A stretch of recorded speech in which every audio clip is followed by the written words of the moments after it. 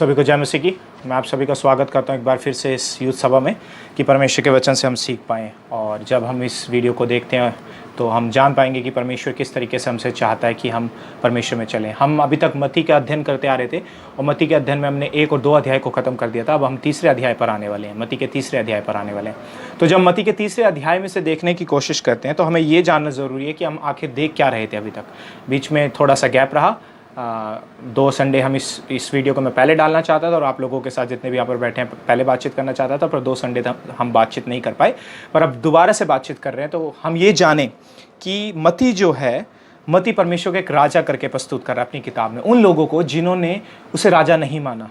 वो जीवन का कर्ता था, वो जीवन का राजा था, मसीहा था। उनके सामने उसे एक राजा करके प्रस्तुत कर रहा है कि मसीह जो है वो राजा है, वो जीवन देने वाला राजा। और उन्होंने उस राजा का तिरस्कार किया, जबकि उन्हें करना क्या चाहिए था?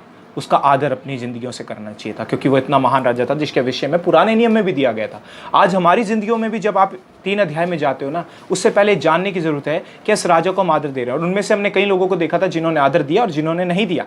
यूसुफ ने अपने जीवन से आदर दिया, ज्योतिषियों ने अपने जीवन से आदर दिया, जो अन्य जाति लोग थे। यूसुफ ने, जो धर्मी पुरुष माना जाता था, यानी कि धार्मिकता में था और परमेश्वर का भय मानने वाला व्यक्ति था, उसने उसको आदर दिया। यूसुफ ने इतनी दूर तक भी गया, मसीह को लेकर चला हर एक सफ़र में, है ना। वो अपने जीवन से ओबीडियंस दिखाकर, आज्ञाकारिता दिखाकर उस मसीह को क्या दिया, उस राजा को क्या दिया?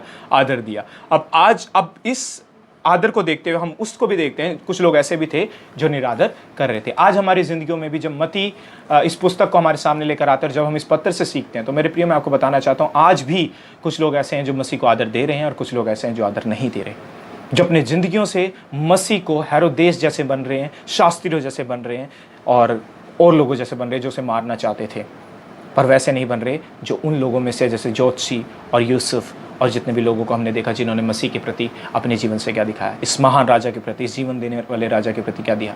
आदर दिखाया। मेरे प्रियो, यदि उन लोगों ने अनादर दिखाया तो प्राप्त क्या किया उन लोगों ने? मत्ती ये बता रहा है। और जिसने आदर दिखाया उसने मसीह से क्या प्राप्त किया? राइट।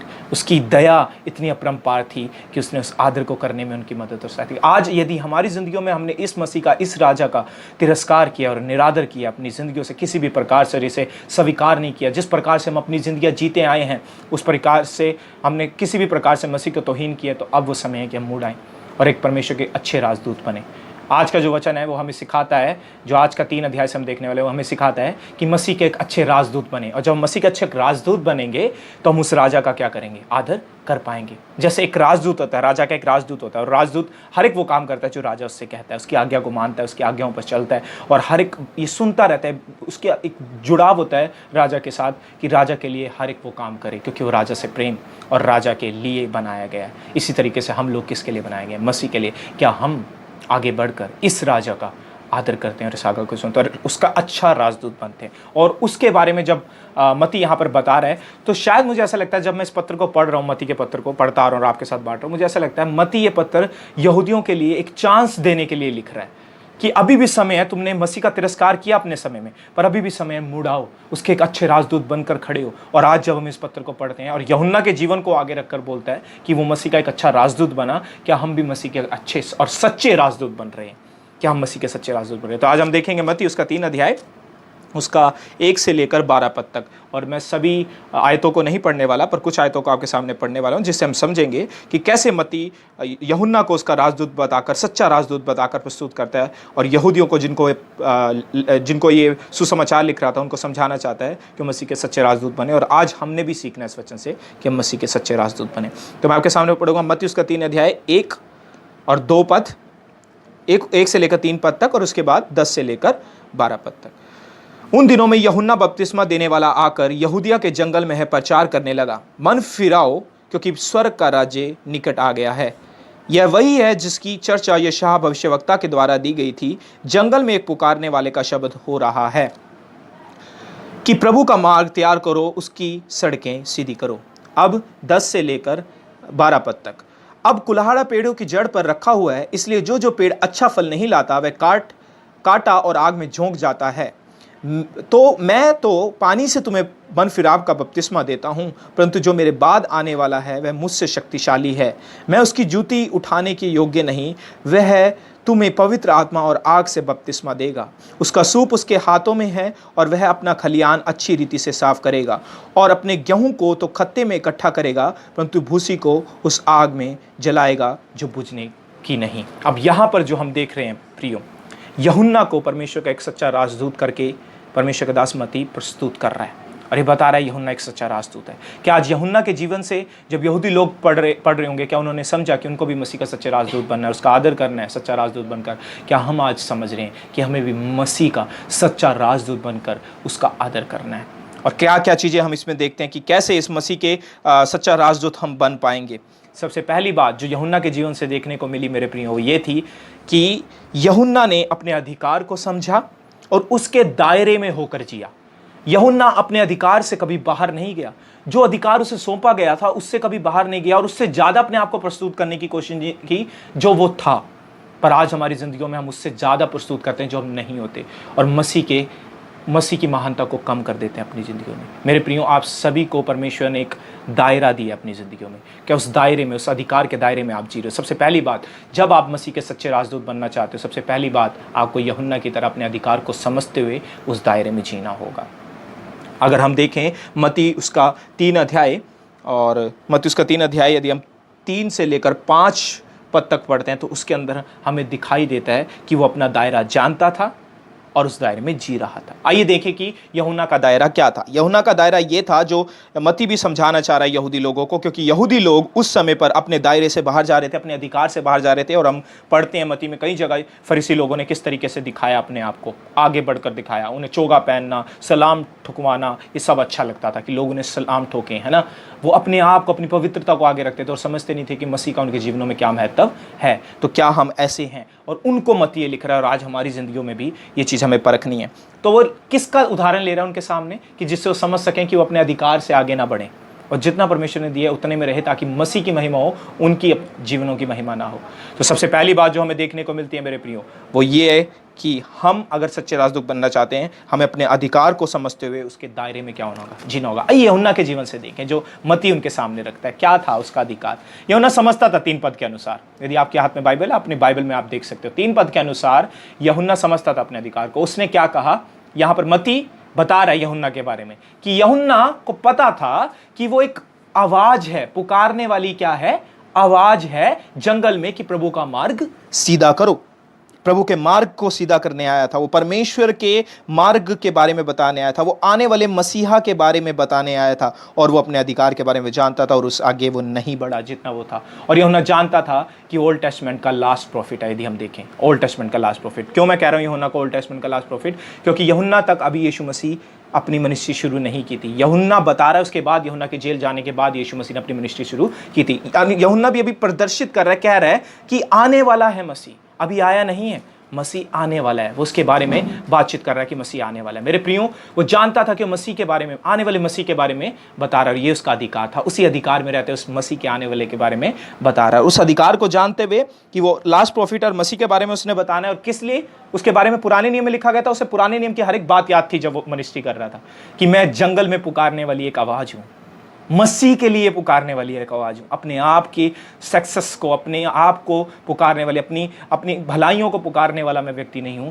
मैं मसीह के बारे में बताने वाला व्यक्ति हूं। ऐसा मेरे बारे में ओल्ड टेस्टमेंट में लिखा गया था। ओल्ड टेस्टमेंट में मलाकी में आप उसके बारे में पढ़ते हो, यशायाह में आप उसके बारे में पढ़ते हो कि जो यशायाह में लिखा गया था कि एक पुकारने वाली जंगल की बात जो यहाँ पर लिखी गई है, जंगल में, ये वहीं से लिया गया है यशायाह से। यदि आप इसने 3 पद में देखते हो, 3 पद यदि आपने नजर डाला हो तो 3 पद में ये बात जो है वो ली गई है 3 पद के अनुसार यशायाह उसके 40 अध्याय 30 पद से, कि जहाँ पर यशायाह ने भविष्यवाणी की कि जंगल में पुकारने वाला शब्द है, और वो पुकारने वाला शब्द मसीह को प्रदर्शित करता है। और फिर मलाकी में आप उसके बारे में पढ़ते हो कि उस भयानक दिन से पहले एलिया का आना होगा, है ना। एलिया के विषय में रखा है। वो एलिया की आत्मा में आना था। किसको? यूहन्ना ने। क्या मतलब था एलिया के आत्मा में यूहन्ना का आना? वो जानता था वो किसको रिजेंबल कर रहा है, वो जानता था मैं किसकी मिनिस्ट्री के को प्रदर्शित कर रहा हूं। यूहन्ना जानता था अपने अधिकार को। यदि आप एलिया की मिनिस्ट्री देखते हो तो एलिया की मिनिस्ट्री में भी समानताएं थी यूहन्ना की मिनिस्ट्री के साथ साथ।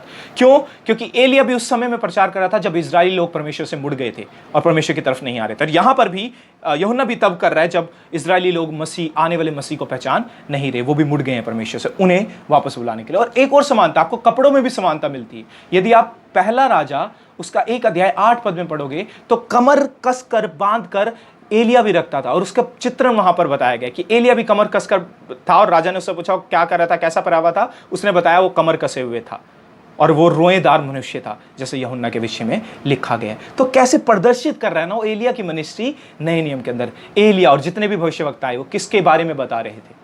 वो अपने अधिकारी को जानते थे, वो सिर्फ आवाज थी परमेश्वर की। वो लोग अपने आप के बारे में नहीं बता रहे थे, मसीह के बारे में बता रहे थे। मेरे प्रियो, यदि आप अपने अधिकार को जानते हो ना, आप इस पृथ्वी पर इसलिए रखे गए हो, हर एक व्यक्ति, आप में से कई जवान बहुत सी अच्छी बातें करना जानते हो, बहुत सी आपके पास टैलेंट्स हैं, आपके पास सब कुछ है कि जिसे आप कहते हो कि औरों के पास नहीं, आप यूनिक हो। पर हमेशा यूनिकनेस अगर आप किसी की पेश करना चाहते हो अपनी ज़िंदगियों से, तो मसीह की करना। आपको एक ही अधिकार दिया गया है, वो अधिकार है मसीह को प्रदर्शित करना, मसीह के सुसमाचार को प्रदर्शित करना, जो यहाँ पर यूहन्ना कर रहा है ना। सिंपल सिटी से वो मसीह की क्या कर रहा है? बड़ाई कर रहा है, मसीह के लिए लोगों को फिर रहा है। क्या हम अपनी ज़िंदगियों में मसीह के लिए फिर रहे हैं, अपने गुनाहों से फिर रहे हैं? मेरे प्रियो, क्या हम लोगों को, अपने अजीजों को बता रहे हैं कि उन्हें गुनाहों से फिरना है, और या हम अपने आप को प्रदर्शित कर रहे हैं? मेरे प्रियो, यूहन्ना के पास एक समय भी आया, यदि आपने देखा हो, पहला अगर आप यूहन्ना में देखोगे, यूहन्ना ने जो पत्री लिखे सुसमाचार, यूहन्ना उसका 1 अध्याय 15 से 17 तक, लोगों ने उससे आकर इसी समय पर यह भी पूछा था। वहां पर यूहन्ना एक और घटना के विषय में लिखता है,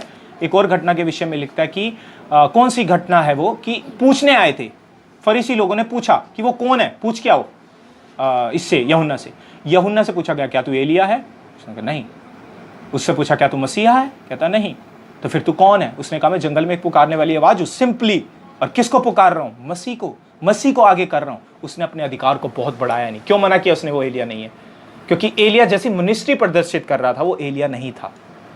ये हमें समझना है। कई कमेंटेटर अपनी अपनी बातें रखते हैं कि वो एलिया था, एलिया की आत्मा उसमें थी। वो सिर्फ इसलिए लिखा गया है कि वो एलिया की जैसी मिनिस्ट्री प्रदर्शित कर रहा था, कि एलिया की आत्मा में होकर आना, उसकी जैसी मिनिस्ट्री करना। जैसे ओल्ड टेस्टमेंट में एलिया लोगों को परमेश्वर की तरफ लेकर आ रहा था, वैसे न्यू टेस्टमेंट में यूहन्ना मसीह की तरफ उन्हें फेर रहा था, राइट? तो अपने अधिकार को जानता था और अपने अधिकार से आगे बढ़ने की कोशिश नहीं की। मेरे प्रियो, आज हमें क्या सबक मिलता है जब हम उसके अच्छा और सच्चा राजदूत बनना चाहते हैं? तो सबसे पहली बात है जो हम सीख रहे हैं उसमें हमें क्या करना पड़ेगा? उसका सच्चा राजदूत जब बनेंगे तो उसको आदर मिलेगा। अगर नहीं बनेंगे तो उसे आदर नहीं मिलेगा, हमें आदर मिलेगा, हमारी जिंदगी आगे बढ़ेगी।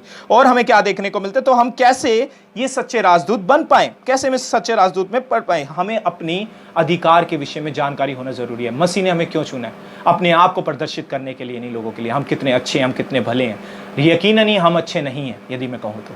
कोई भी अच्छा नहीं, कोई भी ऐसा नहीं जो परमेश्वर को ढूंढता हूं। सब ने पाप किया, सब परमेश्वर की महिमा से रहित हैं। हम इसलिए हैं ताकि इसी का प्रचार करें, रेचेडनेस का, कि हम कितने पापी हैं और मसीह ने हमें बचाया, उसके अनुग्रह को आगे रखे। यूहन्ना अगर चाहता तो क्या नहीं कर सकता मेरे प्रियो? क्या नहीं अपने आप को दर्शा सकता था?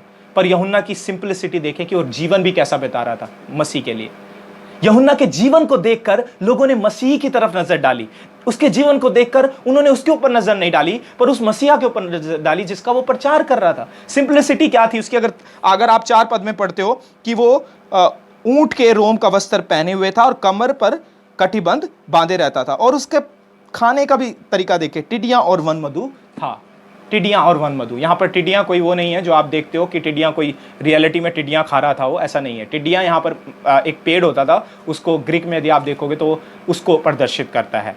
और दाख मधु, सॉरी यहाँ पर लिखा है वन मधु, जो शहद जिसे आप कहते हो, वो उसे खाया करता है। तो उसका खाना भी बड़ा सिंपल, लाइफ भी बड़ी सिंपल। उसकी लाइफ को देखकर, क्योंकि उसकी लाइफ पहले ही डिस्क्राइब कर दी गई थी कि कैसा होगा, है ना?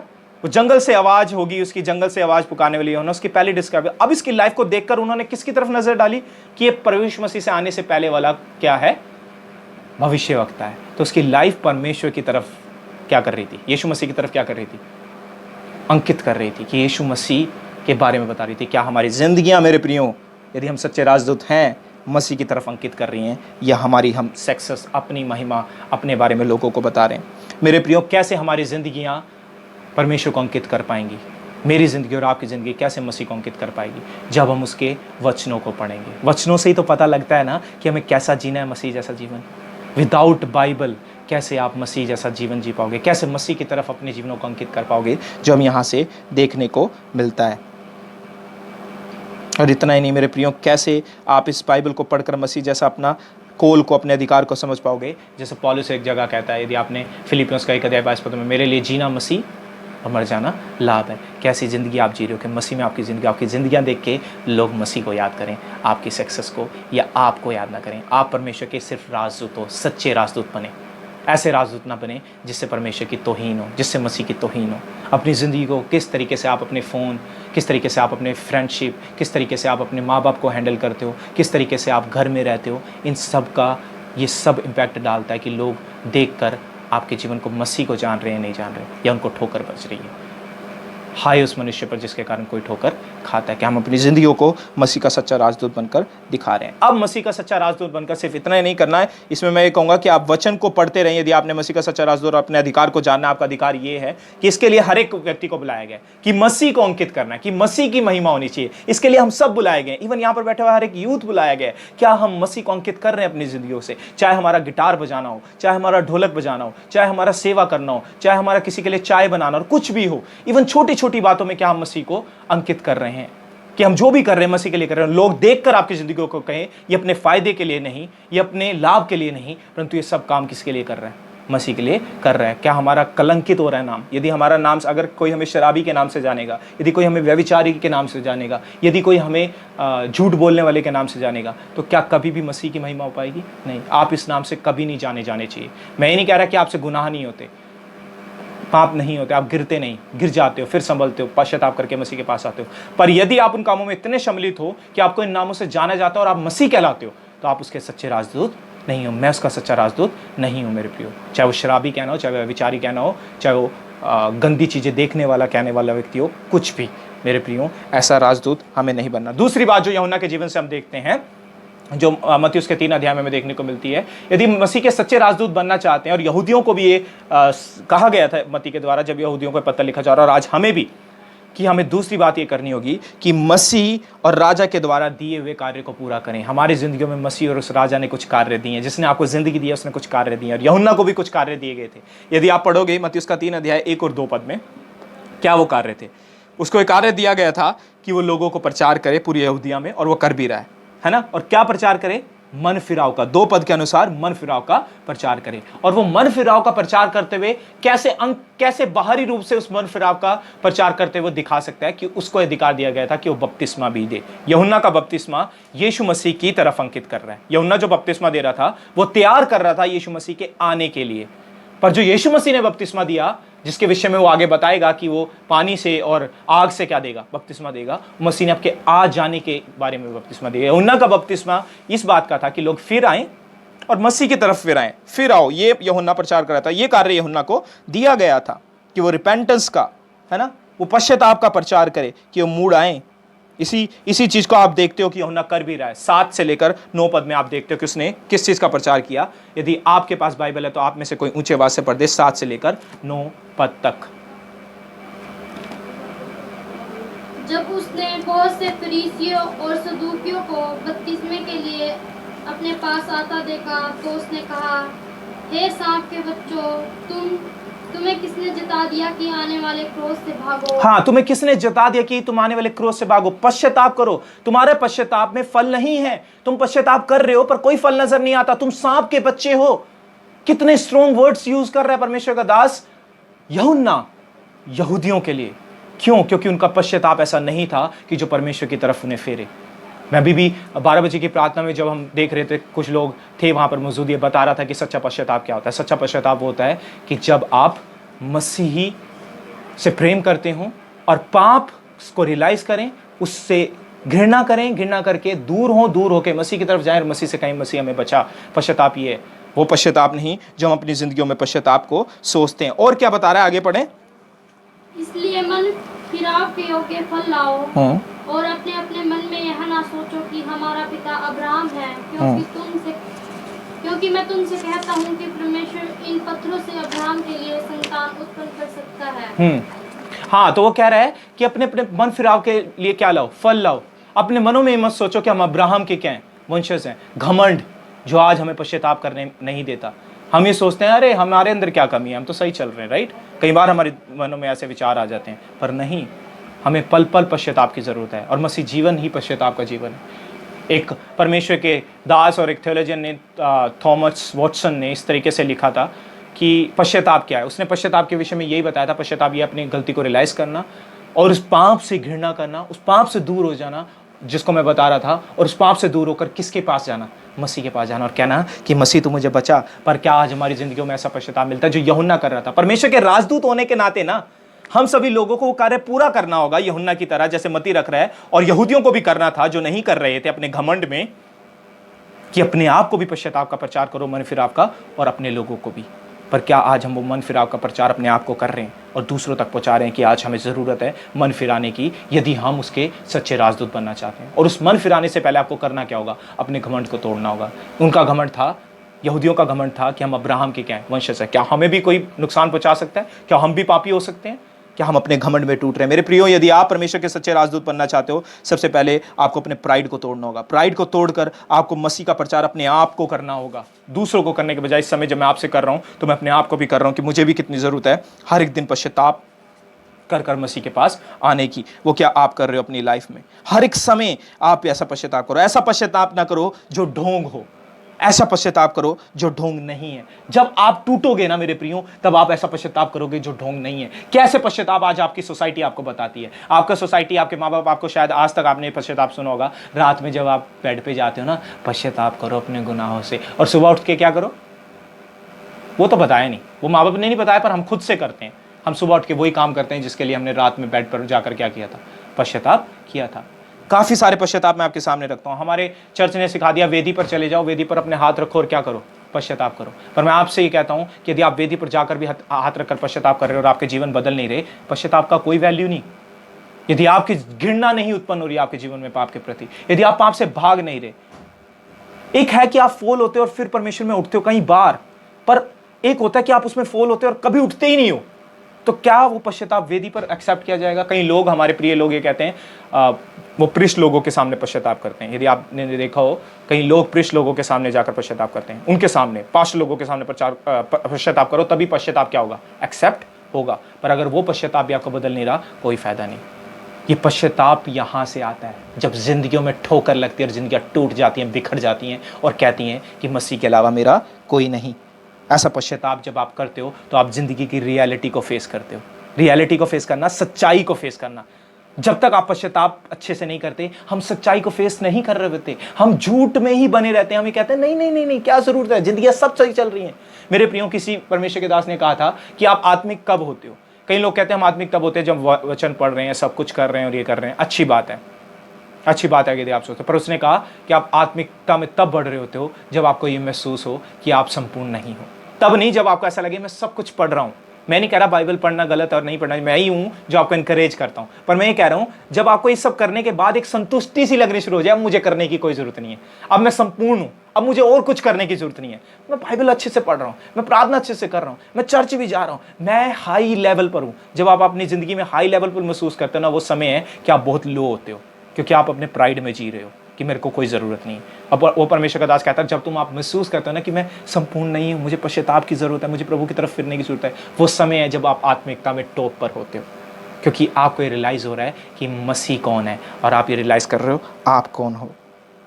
और ये यूहन्ना सिखा रहा था, तब आप अपनी ज़िंदगी को फेस करते हो। तो परमेश्वर के सच्चा राजदूत पढ़ने से हमने दो बातें सीखी यूहन्ना के जीवन से, जो रखा गया था मती के द्वारा आगे यहूदियों को समझाने के लिए और हमें समझाने के लिए कि सच्चे मसीह का, इस राजा का, इस मसीहा का हम आदर कैसे कर सकते हैं, सच्चा राजदूत बनकर, जो वो लोग नहीं कर रहे थे और अब ज़रूरत है फिर करने की, जो आज हम नहीं कर रहे और हमें हर एक यंगस्टर को, हर एक व्यक्ति को जहाँ पर बैठा है करनी है, और जितने भी लोग सुनेंगे उनको भी करनी है। कि परमेश्वर का सच्चा राजदूत बनने के लिए हमें अपने अधिकार को जानना है, अपने आप को जो हम हैं उससे ज़्यादा बढ़कर ना दिखाएं, और हर समय अपनी जीवनों को सिंपलिसिटी में, अपनी जीवनों को साधारण और वचन के अनुसार बनाते हुए परमेश्वर की तरफ अंकित करें। ये आपका अधिकार, इस अधिकार के दायरे को ना भूलें जैसे यूहन्ना नहीं बोल रहा था। ठीक है। दूसरी बात, सच्चा राजदूत बनने के लिए आपको क्या करना होगा कि आपको सच्चा राजदूत बनने के लिए वो कार्य पूरा करना होगा जिसके लिए मसीह ने आपको सौंपा है, जो कार्य, जैसे यूहन्ना को कार्य सौंपा गया था मसीह से आने से पहले, उसका प्रचार करना। क्या सौंपा गया आपके लिए? सबसे बड़ी आत्मिक सेवा आपकी क्या है? रोमियो उसका 12 अध्याय 1 और 2 पद, बार बार कहता हूं ना कि अपने शरीरों को जीवता भावता हुआ परमेश्वर को चढ़ाओ। क्या हम कर रहे हैं हर एक दिन इसे कि मसीह तेरे लिए जीना चाहता हूं, तुझ में मर गया हूं, तेरे लिए जीना चाहता हूं, तेरी महिमा के लिए जीना चाहता हूं, तुझे बड़ा करना चाहता हूं। पर कई बार हम अपने आप को ही बड़ा करने पर लगे रहते हैं। हम इस पश्चाताप में नहीं आते जो हमारी आत्मिक सेवा है, जिसमें हम अपने शरीरों को मसीह को दे दें और धार्मिकता का हथियार बनाकर उसके हाथ में सौंप दें, ताकि उसके लिए यूज हो, ताकि उसकी महिमा के लिए यूज हो। और यदि हम में से अगर किसी ने ऐसा नहीं किया, इस समय फिर तीसरी बात, मसीह की वफादारी में जीकर, उस राजा की वफादारी में जीकर हम सच्चे राजदूत ठहराते हैं। और कैसी वफादारी हमें देखने को मिलती है? यदि आप देखोगे 10 से लेकर 12 पद तक उस राजा की वफादारी हमें यूहन्ना के जीवन से देखने को मिलती है। यूहन्ना लॉयल था हर एक वो बात करने के लिए जो बात उसे सौंपी गई थी। यूहन्ना वफादार था मेरे प्रियो, हर एक उस बात के लिए जो उसको सौंपा गया था, जो मसीह के बारे में अंकित कर रहा था। यूहन्ना ने सिर्फ आशीषों का प्रचार नहीं किया, यूहन्ना ने उस जजमेंट का भी प्रचार किया जो उनके लिए थी। यूहन्ना ने वो भी प्रचार किया, हे सांप के बच्चों, यदि तुम्हारा पश्चाताप सही नहीं है, मुड़ आओ, क्योंकि जरूरत है मसीह के सामने सच्चे पश्चाताप को करने की। यूहन्ना वो व्यक्ति था जिसने आग के बपतिस्मे के बारे में बात की और पानी के बपतिस्मे के बारे में बात की। आग का बपतिस्मा था क्या? दंड, कि यदि तुम लोग फिरोगे नहीं तो उस ज्वाला में आग के द्वारा नष्ट हो जाओगे। और उसने वो प्रचार किया कि जो कुहाड़ा है वो पेड़ों की जड़ों पर रखा गया। मतलब क्या है? यदि तुम फल नहीं ला रहे, यदि तुम पश्चाताप के अनुसार बदल नहीं रहे, तुम लोगों पर क्या आने वाला है? क्रोध आने वाला है। और पानी का बपतिस्मा और किसी भी तरीके से यदि हम कहें पवित्र आत्मा के विषय में, यदि हम कहें पवित्र आत्मा और ब्लेसिंग का भी, क्या ब्लेसिंग है, क्या आशीष है कि पवित्र आत्मा तुम्हें मसीह में वफादार बनाएगा। उस पवित्र आत्मा का बपतिस्मा ये मसीह तुम्हें देगा, पवित्र आत्मा से बपतिस्मा देगा, है ना। आशीष भी जो मसीह में है और सच्ची आशीष है उसका प्रचार किया, और परमेश्वर के क्रोध का भी, जो आज हम उस क्रोध को नहीं जानते, कि सिर्फ हम उसका लव सुनना चाहते हैं। प्रभु प्यार करने वाला है, हाँ वो प्यार करने वाला है, पर वो विलंब से क्रोध करने वाला भी परमेश्वर है। क्रोध वो करता है हमें सुधारने के लिए।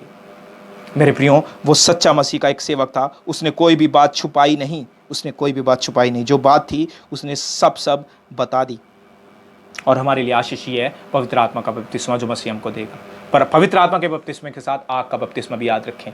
पानी के बपतिस्मा के साथ जो मसीह में हम मरते हैं और मसीह में हम जी उठते हैं जब हम बपतिस्मा लेते हैं, उसके साथ साथ हम ये भी सोचें, जो बाहरी रूप से हम प्रदर्शित करते हैं कि मसीह के हैं और मसीह के कलीसिया में शामिल हो गए हैं, उसके साथ साथ हम ये भी समझें कि वो आग का बपतिस्मा भी है यदि हम मसीह को अपना जीवन नहीं सौंपते। वो लोग जिन्होंने अभी तक उसका सच्चा राजदूत बनकर अपने जीवनों को नहीं सौंपा, उनके लिए यूहन्ना ये भी कहता है कि सुधर आओ। क्या आज हम दोनों चीज़ें अपने आप को प्रचार करते हैं? अपने लोगों को, अपने प्रिय दोस्तों को ये प्रचार करते हैं कि सचमुच यदि हम मसीह को अपना जीवन नहीं सौंप रहे तो वो क्रोध भी बाकी है मेरे प्रियो, वो क्रोध भी बाकी है। और यदि हम अपने पाप में बढ़ते रहते हैं और अभ्यस्त हो जाते हैं अपने पाप में, तो उसकी कोई क्षमा बाकी नहीं रहती। जैसे इब्रानियों उसका 10 अध्याय 26 पद बोलता है, जानते हुए यदि हम किसी बात को करते रहते हैं तो उसकी कोई क्षमा बाकी नहीं रहती, क्योंकि मनुष्य के पुत्र को अपने पाँव तले कुचलते हैं। यीशु मसीह के बलिदान को हम तौहीन पुचाते हैं मेरे प्रियो। क्या हम ऐसी लॉयल्टी, और ये लॉयल्टी आई कहाँ से? ये सबसे महत्वपूर्ण बात है जो मुझे यहाँ पर देखने को मिलती है। मत्ती उसका 3 अध्याय, जो महत्वपूर्ण बात मुझे यहाँ देखने को मिलती है, लॉयल्टी, ये वफादारी उसके अंदर आई कैसे यूहन्ना के अंदर? वो ये था, 11 पद पढ़ दें। मैं तो पानी से तुम्हें मन फिराव का बपतिस्मा देता हूँ, परंतु जो मेरे बाद आने वाला है वह मुझसे शक्तिशाली है। मैं उसकी जूती उठाने के योग्य नहीं, वह तुम्हें पवित्र आत्मा और आग से बपतिस्मा देगा। वो मैं उसके जूते उठाने के लायक भी नहीं, जो मेरे बाद आने वाला है उसको डिस्क्राइब कर रहा है। किसको? मसीहा को। उसकी नॉलेज प्रभु यीशु मसीह के बारे में उसे वफादार बना रही थी, उसे दीन कर रही थी, उसे सच्चे पश्चाताप के बारे में बोलने में मजबूर कर रही थी, उसे कह रही थी कि तू क्रोध के विषय में भी बोल यदि सच्चा पश्चाताप लोगों के जीवन से नहीं आ रहा, क्योंकि वो मसीह को जानता था कि मसीह कौन है। मेरे प्रियो, यदि आप में से हर एक बच्चा यहाँ पर जो बैठा है और हर एक वो व्यक्ति जो इस वीडियो को सुनेगा, यदि मसीह को हर एक दिन जानता है ना, तो वो अपने आप इस मसीह की तरफ क्या होता है? वफादार बनता चला जाता है। पर जब हम उसकी नॉलेज नहीं रखते तो हम वफादार नहीं बनते। और क्या नॉलेज थी उसे, जो आज हम में से कई लोग कहते हुए डरेंगे? सिर्फ एक कहना नहीं, यूहन्ना ने दिखाया भी अपने जीवन में कि उस मसीह के लिए वो यूहन्ना वध हो गया था मेरे प्रियो, उसका गला काट दिया गया था, उसका साल कलम हो गया था मसीह के लिए। उसने वो वफादारी दिखाई भी, क्योंकि मसीह को जानता था वो मसीह कौन है। क्या शब्द थे उस यूहन्ना के कि मैं तो उसकी जूती के बंधन खोलने के भी लायक नहीं। वो मसीह इतना महान है, उस मसीह के उस मसीह के लिए मैं क्यों ऐसी वफादारी ना दिखाऊं, क्यों उसका सच्चा प्रचार लोगों तक क्यों ना पहुंचाऊं, क्यों अपने आप को उसका सच्चा प्रचार ना पहुंचाऊं। यदि ऐसे मसीह के लिए मेरी जिंदगियां नहीं बदल रही, मैं ये सोचता हूं किस चीज़ के लिए मेरी जिंदगियां बदलेंगी।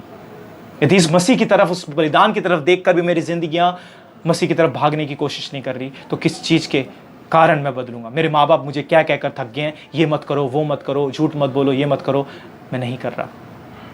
पर क्या मसीह मुझे बदल सकता है? और यदि मसीह आपको बदलेगा तो आप बदल सकते हो, और मैं दावा देता हूं नहीं तो दुनिया की कोई ताकत हमें बदल नहीं सकती। यदि मसीह का कुर्बानी हमें बदल दे, नहीं तो दुनिया की कोई ताकत हमें बदल नहीं सकती, क्योंकि मसीह की कुर्बानी हमें याद करते हैं और आत्मा हमें बदलता है, जैसे यूहन्ना ने यहाँ पर मसीह को समझा। और उसके लिए आपको करना क्या होगा कि मसीह आपको बदले? हर एक दिन जाने कि मसीह है कौन। बाइबल से हमेशा जब भी आप कोई भी अध्याय पढ़ते हो, चाहे पुराने नियम से कोई किताब उठाइए, चाहे नए नियम से कोई भी किताब उठाइए, मेरे प्रियो, ये जाने कि मसीह उसमें क्या नजर आता है, मसीह के बारे में आप क्या सीखते हो, यीशु मसीह कैसे दिखता है आपको उसके अंदर, वो चीज़ आपको बदल कर रख देगी मेरे प्रियो। और यदि आप ऐसा करोगे, उसके वफादारी दिखाओगे, तो मसीह की उन सब बातों को, उसके जजमेंट को भी अपने आप को रिमाइंड करवाओगे, और ये सब चीज़ें आपको पाप से बचाएंगी, उसका जानना आपको पाप से बचाएगा। आप सोचे जरा अपने जीवनों के बारे में एक पल के लिए, how you use your phone friends, how you handle your friends, how you handle your parents.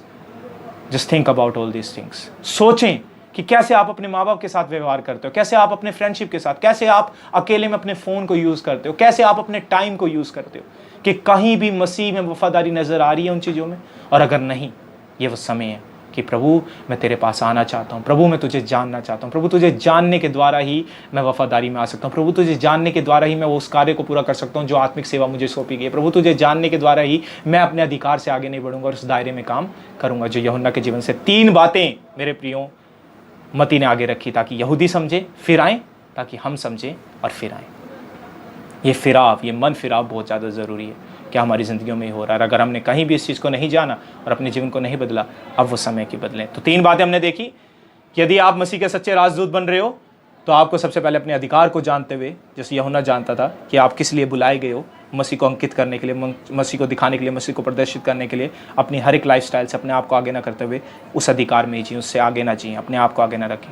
उसके बाद उसके कार्य को, उसके दिए हुए कार्य को, अपनी ज़िंदगी को बदलने को और मसीह के नज़दीक जाने को, उसकी बाइबल को पढ़ने को, उसको जानने को परमेश्वर ने हमें बुलाया है। क्या हम उसे कर रहे हैं? अपने हर पश्चाताप करने को, जो पश्चाताप फ्रूट लेकर आता है, वैसे पश्चाताप करने को, जो पश्चाताप चेंज लेकर आता है, चेंज जिंदगियों का, सिर्फ माइंड का ही नहीं, सिर्फ दिमाग ही नहीं बदलता पश्चाताप में, जिंदगियां बदलती है। क्या वो हो रहा है? उस कार्य को हम पूरा कर रहे हैं हर एक दिन मेरे प्रियो।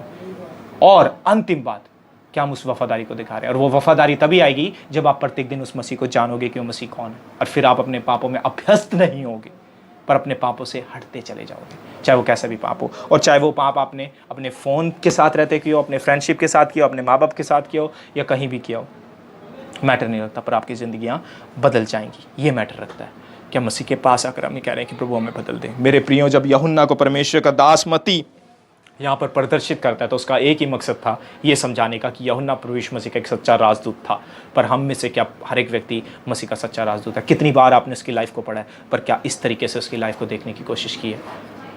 तो यूहन्ना की लाइफ आज हमें ये सिखाती है कि उसका सच्चा राजदूत बनो। और अगर हम में से कोई नहीं बना और नहीं बनने की कोशिश नहीं कर रहे आज हम कोशिश, तो मैं आपको ये भी याद दिला देना चाहता हूँ जो यूहन्ना लोगों को याद दिला रहा था, हे सांप के बच्चों, कुल्हाड़ा जड़ पर रखा है और कब कट जाए। और वो भयानक दिन जो आग का दिन था, मसीह ने उस समय भी दिखाया जब यहूदियों को परमेश्वर ने 17 AD में बुरी तरीके से रोमन समाज के द्वारा नाश किया, क्योंकि उन लोगों ने मसीह की तौहीन की, भविष्यवक्ताओं को मारा, मसीह यीशु को मारा और उसके लहू का बदला कहा हमारे सिर पर हो।